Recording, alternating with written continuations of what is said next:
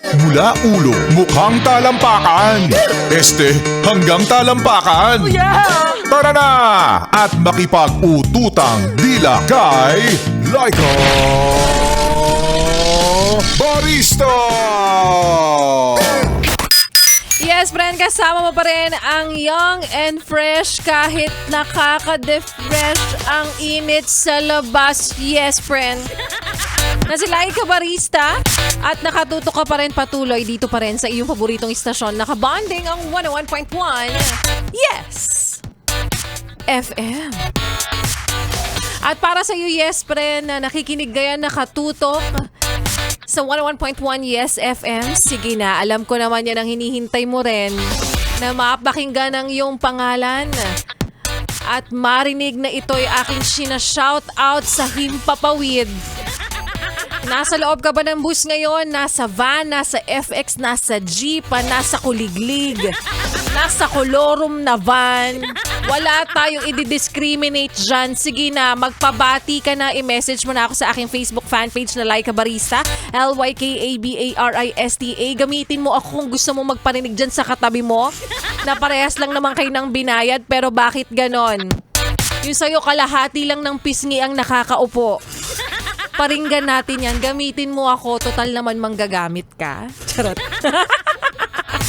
Hintayin ko po ang inyong mga pa-shoutout, pabate at mamaya isa-isahin ko ang inyong mga mensahe. But for now, mga yes friend, balikan muna natin yung kwento ng ating Laika Barista moments kanina na pinamagatang para sa batang ako. Para sa batang ako, dyan ka na lang. Kasi nga naman, libre pa ang lahat dyan. Mura pa ang lahat dyan. Ang pamasahe sa tricycle dyan, 2 pa. Ngayon, minsan 40 na pag special, di ba? Pag ikaw lang. Kasi nga, halos lahat ng pwede mong kainin dyan, libre pa. Kasi dito, pagod na pagod ako. Kahit Sabado at Linggo, nagtatrabaho tayo. Dyan ka na lang kasi ang rest day dyan, totoo. No? At para sa batang ako, dyan ka na lang, mas okay iyakan ng sugat sa tuhod. Kesa dito, umiiyak kami sa sobrang pagod. Diba? Again, para sa batang ako, dyan ka na lang. Kasi ang dami ng bayarin dito. At para sa batang ako, matulog ka ng matulog dyan. Kapag pinapatulog ka, matulog ka. Kasi dito wala nang tulugan. Diba? At para sa batang ako, ito yung pinakamasakit. Diyan ka na lang. Kasi dito, marami na akong bilbil dito. Pero kung totoosin, yes, friend, no? Mapapaisip ka nga rin naman sa noon at ngayon. Well, kinakaya mo naman, 'di ba? Kaya nga nandiyan ka pa eh. Kinaya mo at kinakaya mo. Minsan lang talaga may mga moment na parang yung hormones mo iba talaga. Parang ang emotional mo. Pero lumalaban ka pa rin. Parang feeling mo ang hirap-hirap pero kinabukasan kapag na-realize mo, kaya ko naman pala. Well, wala ka naman choice kasi. 'Di ba? Lagi na lang natin sinasabing laban lang. Alam mo, feeling ko lang katipunera talaga tayo sa past life natin. Laban lang tayo ng laban. Hindi ba pwedeng minsan, pahinga lang, suko lang ako saglit. Kopya. Kopyang kopya. Ayan, bago ko isa-isayin ng mga pabate, mga pa-shoutout nyo, mga yes friend, mga pasigaw, mga papansin. Eto na. I-announce muna natin ang winner para po sa ating Pera, pera! Pera, pera lang yan! Pera, pera! Pera, pera lang yan! 500 pesos nga ang pinag-uusapan natin dito, mga yes friend, dahil kanina para sa ating katanungan na ano ang katumbas o ang ibig sabihin ng salitang mabilis ang kamay? Is it A, malikot ang kamay, B, mandarukot, or snatcher, or C, mahinhin? Medyo marami pong, maraming naguluhan. Karamihan, may mga sagot na letter A, malikot ang kamay. Well, pwede rin naman. And yung letter B, mandurukot o snatcher talaga po ang tamang kasagutan dyan. Pwede naman yung mabilis ang kamay, pero kasi ano ba yung minsan kadalasan na bilis ng kamay niya, no? Diba? Parang snatcher, yan. Mandurukot. Yan yung talagang tamang kasagutan. So, maraming nagkamali. Ay, nahihirapan. Kaya naman, congratulations sa ating winner ng 500 pesos. Walang iba kundi si Jenica Ebalyar. Yan. Jenica Ebalyar, nag-message ka ngayon. Congratulations sa iyo. Oo. Alam ko sa mga oras na ito. Tuwang-tuwa ka, tumatalon ka sa galak, tumatalon ka sa saya kasi nanalo ka na naman ng kwarta. Kapag nanalo ka, ano ba ang dapat mong gawin, iha? Siyempre, manlibre ka. Charot. Congratulations sa iyo. Pabalikan ko ang mensahe mo o basta isend mo na ayun yung numero mo na naka-register of course sa GCash and valid ID. At para sa mga yes pa rin natin nagme-message pa rin sa mga oras na ito, ano ba naman yan? Ba't hindi ako nanalo? Huwag kang mag-alala, darating din ang araw na iikot sa'yo. Iikot sa'yo ang plato. At sa mga nanalo na, congratulations din sa inyo. Kanina nga sa winner ni Rico Paniero, congratulations sa'yo. Ayan, sino tong winner na to?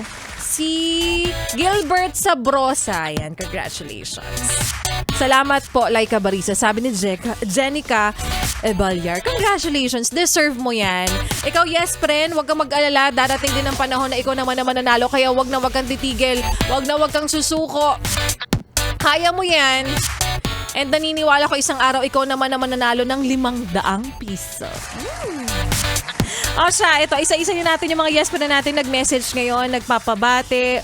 Sabi dito ni Jenica, di pinalad kay Rico Paniero, sa'yo naman ako sinuwerte. Minsan talaga, kapag yung taong to, pinilit mo sa kanya yung sarili mo, ay, nirelate kagad sa pag-ibig.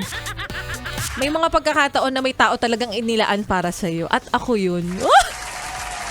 Ano na? Commission ko, charot. Batiin natin yung mga yes pero natin nag-message ngayon. Si Arian Feliciano, happy listening. Si Roan Wabe, ako naman ang susunod. Oo naman, Roan. Why not, diba? Malay mo naman, ikaw na yung susunod na mananalo bukas sa mga susunod na pagkakataon. Pao Rosales, happy listening sa'yo. Jello Tyrone Rojas Kibin. Shout out po sa mga quizzers from Bat State, U-bound for Manila. Tama ba yung pagkakabasa ko? Baka pinagtatawanan nyo na ako. Para sa mga POGS 2025, lalo na pa kay Sir Selwyn na Jejemon. Laika, pasigaw naman ang Barangay Kalumpang, Santo Cristo sa kanilang masipag pong pagkakatiwalaan at maaasahang kapitan na si Edwin Cruz. Laika, I love you. May ganon? Sip-sip. Jen Cruz. Hello po, Miss Laika. Pa-shoutout ko lang sana tong asawa ko na napaka-pogi. Katabi ko ngayon dito, biyahing Paranaque. Josan Gabriel, libre mo ako mamaya. Ayun naman pala, kaya sinabing ang pogi kasi magpapalibre. Gawain talaga. Huy. Kenneth Morado, happy listening. Cesar Bularan pala. Ano? Shoutout po kami ni Michael Bartolome. Nakikinig kami na. Happy listening. Lai Pabsanon, Lex Soriano, Jonal Villanueva, Alfred Marcelino, and ilan sa mga sumali rin kanina, si Chris Tinay, Amara Tamanaya, May Buelia, April Mandate, May Mondok, Erwin Abunda Palanas, and friends.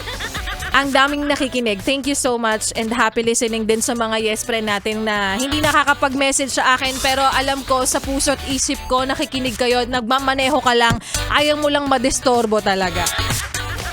Maraming salamat sa lahat na patuloy na sumusuporta at hindi naglilipat ng kanilang istasyon. Oo, thank you sa inyo at kayo po ang dahilan kung bakit tayo ay consistent number 2 in Metro and Mega Manila sa Kantar Radio Survey. Sana sa susunod ulit. Huy! Bakit hindi naman?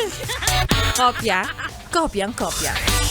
O siya, bukas ulit magsama-sama tayo, yes friend. Araw po ng Thursday. Kalain mo yun, malapit na ulit mag-weekend.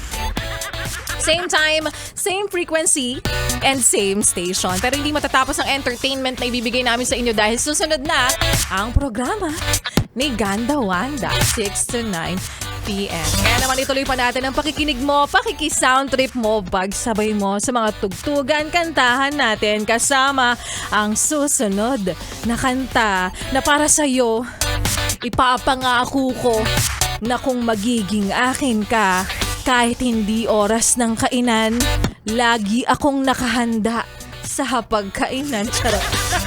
Kaya naman here's kung maging akin ka. Ay Sugar Cane, dito pa rin. Sa iyong paboritong istasyon, nakabanding ang 101.1. Yes! FM. Huy, solid!